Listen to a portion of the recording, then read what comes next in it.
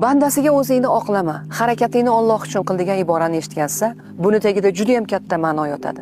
Juda ko'p vaziyatlarda biz ayblaydigan, bizni haqorat qiladigan yoki qadrsizlantiradigan odamlarga haq ekanligimizni isbotlashga harakat qilamiz, o'zimizni oqlaymiz va bu juda ham katta quvvat ketishi sababchi bo'ladi. Tushunyapsizmi? U odamlarga siz qanchalik yaxshiligingizni isbotlamang, ularga bu kerak emas. Ularni maqsadi sizni qoralash. Ular baribir nimadir ayb topadi. Ularga maqsad sizni qora qilish. Uni oqlash uchun, o'zingizni oqlash uchun sarflagan quvvatingiz esa bu juda ham katta kuch.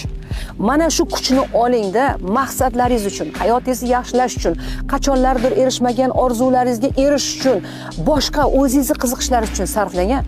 Mana shu kuch sizni juda ham katta yuksalishingizga sabab bo'lishi mumkin.